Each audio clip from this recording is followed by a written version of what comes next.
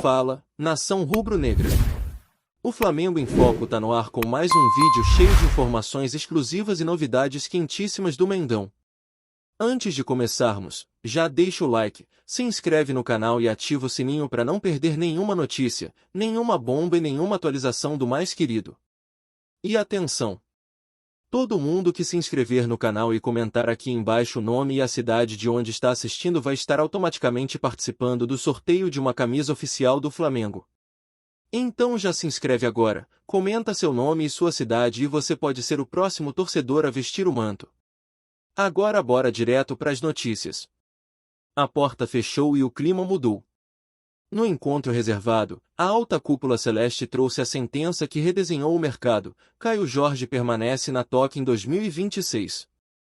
Entre telefonemas silenciosos e olhares calculados, uma decisão amadurecida longe das câmeras encerrou, com contundência, qualquer conversa com o Flamengo e acendeu um alerta sobre os limites na abordagem a atletas sob contrato.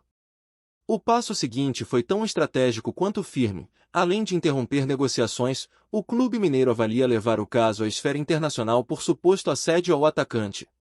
A leitura interna é de que houve insistência direta, mesmo após negativas formais, com tentativas de contato consideradas invasivas.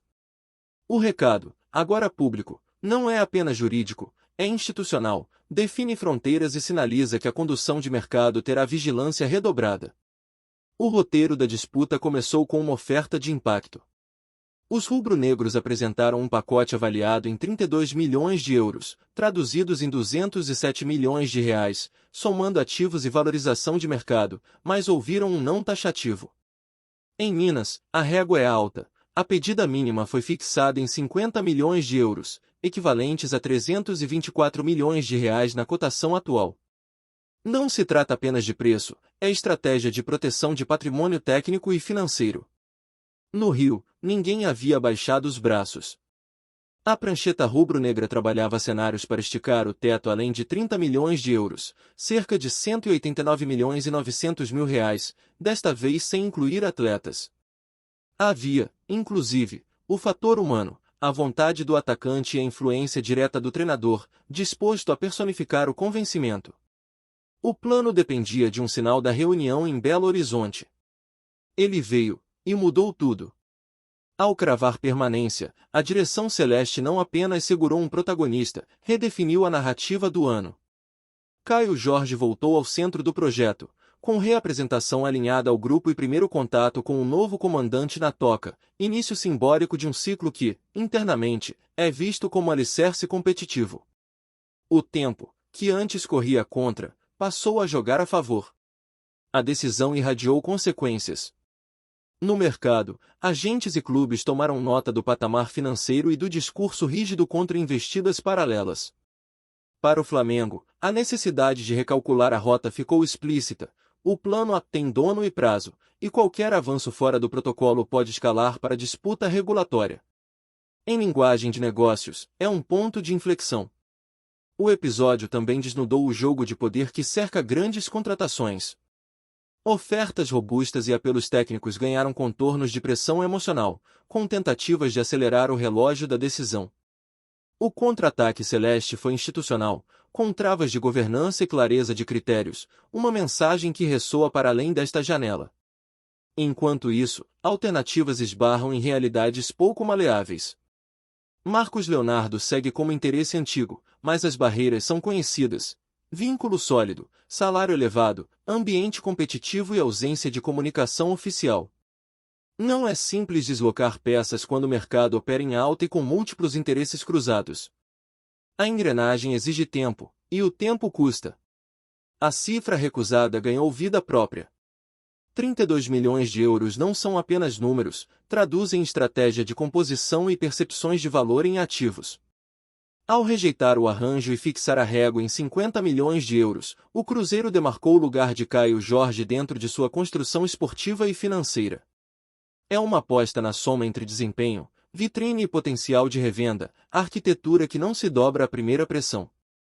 Nos bastidores, a leitura técnica é pragmática. Manter o atacante em 2026 dá lastro ao novo comando, organiza a hierarquia ofensiva e cria previsibilidade para investir em outras áreas do elenco. Já para o lado carioca, a discussão desloca-se para encaixe orçamentário, timing e disponibilidade real de alvos com impacto imediato. A temporada pede resposta, e a resposta agora precisa nascer sem atalho. O possível debate na entidade máxima adiciona uma camada sensível. Processos sobre assédio a jogadores sob contrato envolvem prazos, documentação e provas de abordagem indevida. Caso avancem, geram precedentes, multas e desgaste reputacional. Não é arena para improviso, e clubes grandes conhecem o preço de cada passo fora da linha. O risco, por si, recalibra o tom do mercado. Na toca, a reapresentação teve significado além do protocolo.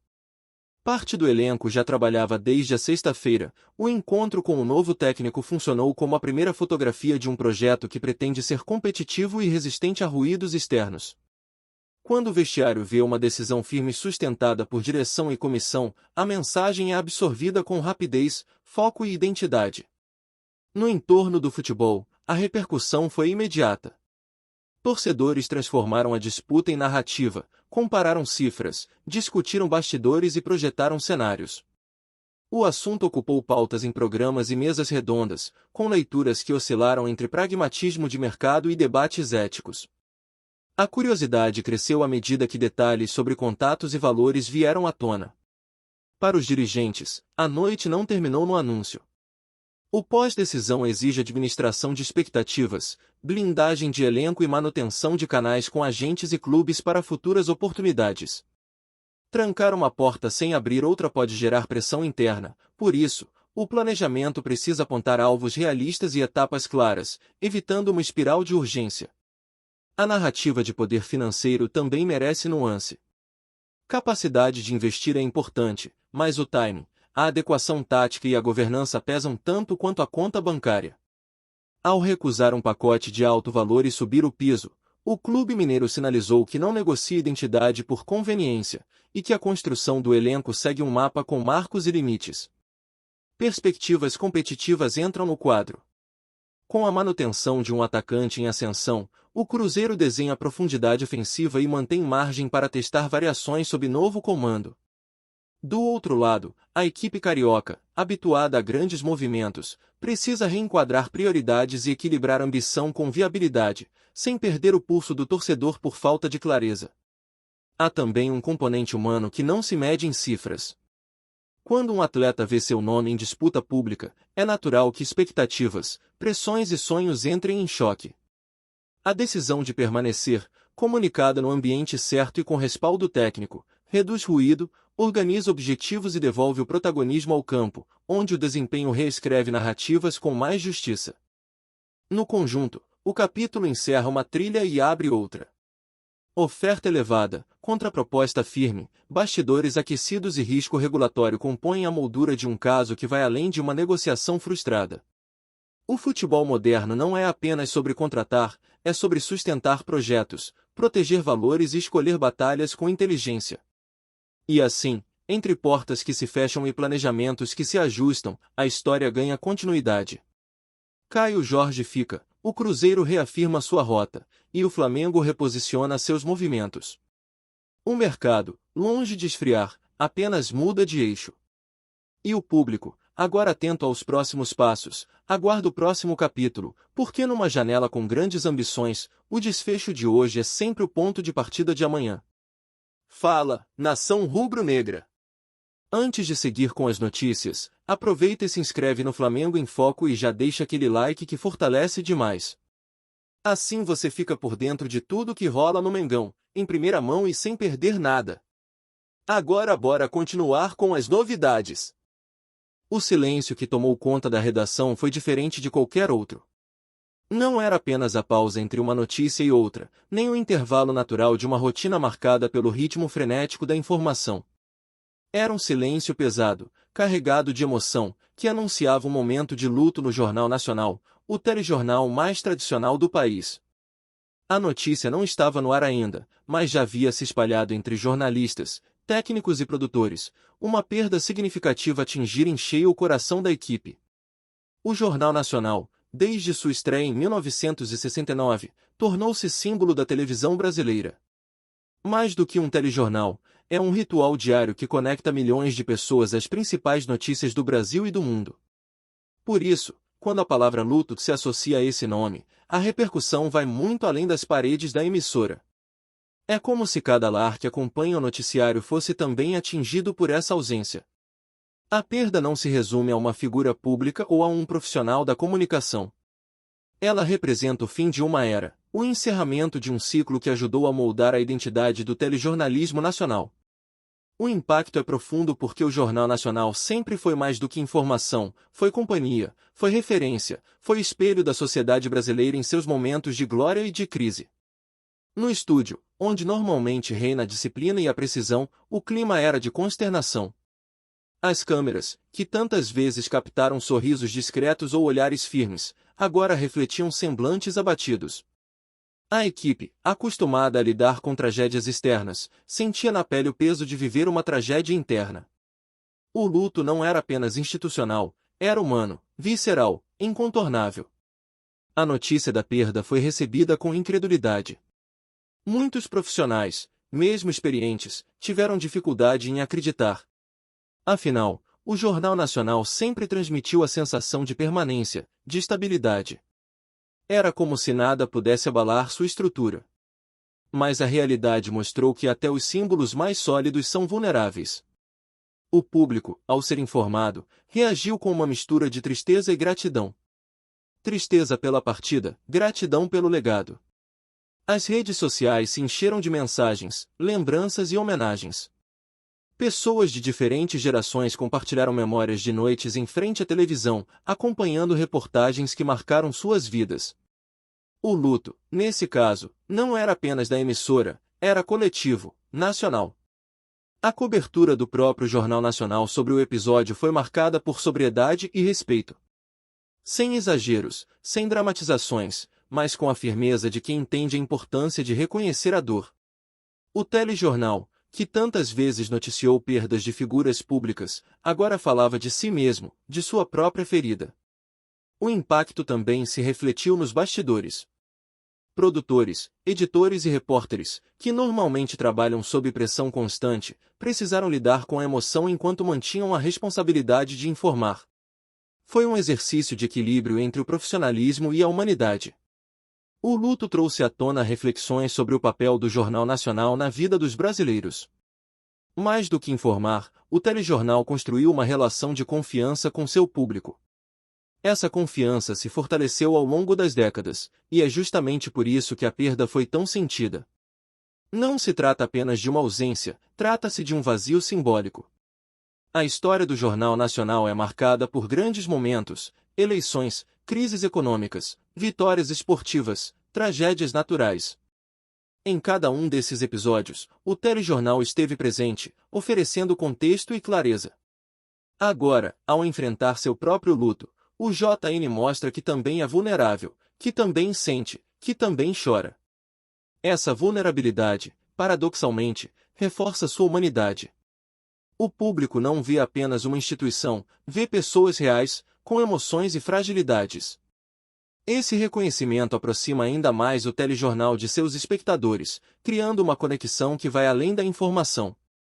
O luto também abre espaço para homenagens.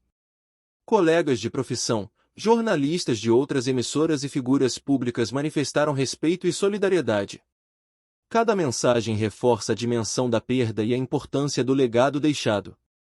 O futuro do Jornal Nacional, inevitavelmente, será marcado por essa ausência. Mas também será moldado pela força de sua história e pela resiliência de sua equipe.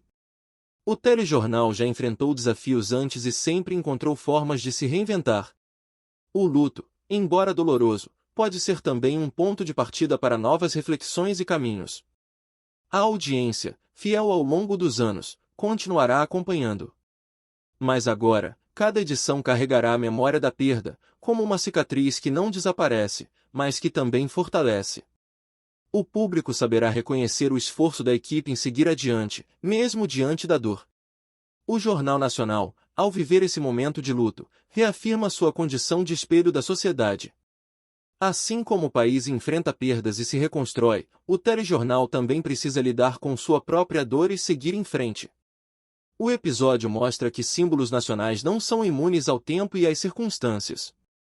Eles também sofrem, também se transformam, também precisam se reinventar. O luto do JN é, nesse sentido, um reflexo da própria vida, feita de ciclos, de despedidas e de recomeços. A narrativa construída em torno dessa perda não é apenas jornalística, é histórica. Ela será lembrada como um marco, como um momento em que o telejornal mais tradicional do país mostrou sua face mais humana. O público, ao acompanhar essa história, não apenas se informa, mas também se emociona. É um convite à reflexão sobre o valor da memória, da tradição e da continuidade. O luto do Jornal Nacional, portanto, não é apenas uma notícia. É um acontecimento que transcende a televisão, que toca a sociedade em sua essência. É a prova de que a informação, quando carregada de humanidade, pode ser tão poderosa quanto qualquer narrativa. E assim, entre lágrimas e lembranças, o Jornal Nacional segue. Ferido, mas firme. Abatido, mas resiliente. Em luto, mas vivo. Porque sua história, construída ao longo de mais de meio século, é maior do que qualquer ausência. É uma história que continua, mesmo quando a dor insiste em permanecer. A repercussão da notícia de luto no Jornal Nacional foi imediata e intensa, reverberando não apenas entre os profissionais da comunicação, mas também em diferentes setores da sociedade. A comoção tomou conta das redes sociais, onde milhares de mensagens foram publicadas em questão de minutos, demonstrando quanto o telejornal está enraizado na vida cotidiana dos brasileiros. Essa reação espontânea mostrou que o público não apenas consome informação, mas também cria vínculos emocionais com aqueles que a transmitem. Nas universidades e cursos de jornalismo, o episódio foi rapidamente incorporado às discussões acadêmicas. Professores e estudantes analisaram a forma como o telejornal lidou com a perda, destacando a sobriedade e o respeito na cobertura. Muitos apontaram que esse momento se tornará referência para futuras gerações de jornalistas, como exemplo de como equilibrar emoção e profissionalismo em situações delicadas.